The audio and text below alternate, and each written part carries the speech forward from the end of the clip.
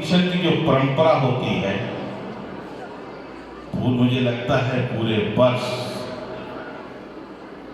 हर college को इसका, चाहे प्रधानाचार्य हो, मैनेजमेंट हो, अभिभावक हो और छात्र हो, सबको इंतजार रहता है, क्योंकि एक जुड़ाव बनता है इसके माध्यम से।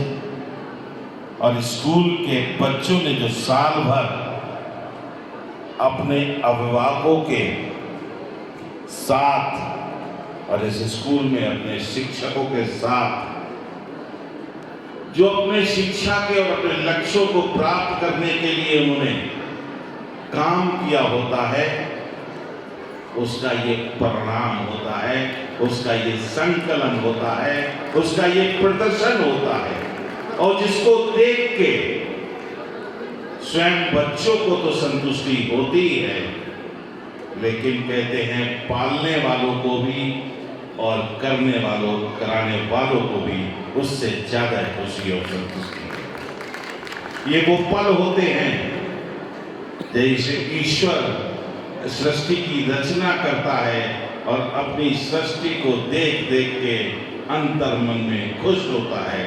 ऐसे ही हम इन बाल बच्चों को, जिनको हम अपने घर के आंगन की हमारे ये कलियां हैं, इस स्कूल के ये भविष्य हैं, इस स्कूल का नाम रोशन करने वाले ये बच्चे, जब ये अपनी कला का जो सीखा होता है, अपनी संस्कृति का उत्कृष्ट प्रदर्शन करते हैं और उच्च स्थान प्राप्त करते हैं, तो निश्चित रूप से हम सबके लिए बड़े गर्व और गौरव की बात होती है।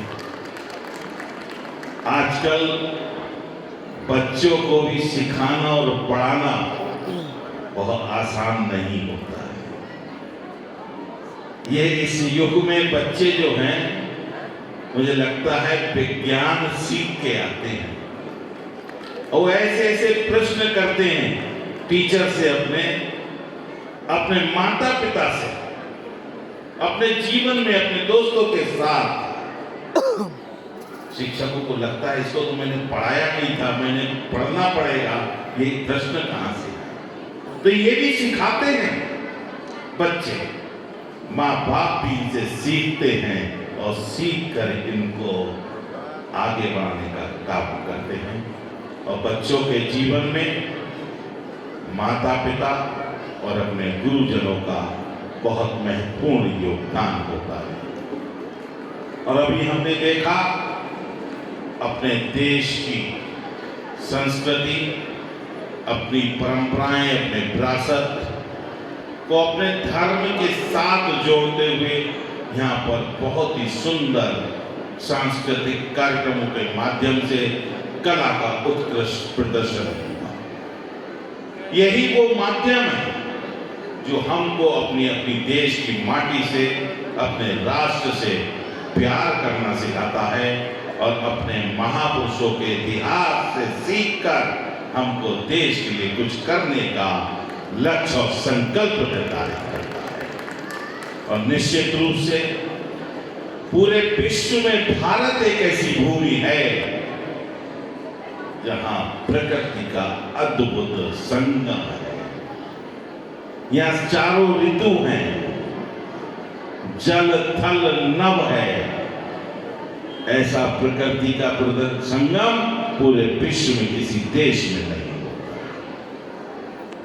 ये हम सबके लिए बड़े सौभाग्य की बात होती है कि हम भारत जैसी भूमि में हमने जन्म लिया। ये भी हमारे कोई पूर्व जन्म के ईश्वरीय पुण्य होते हैं जो भारत में जन्म लेते हैं और हम अपने जन्म को सफल करते हैं।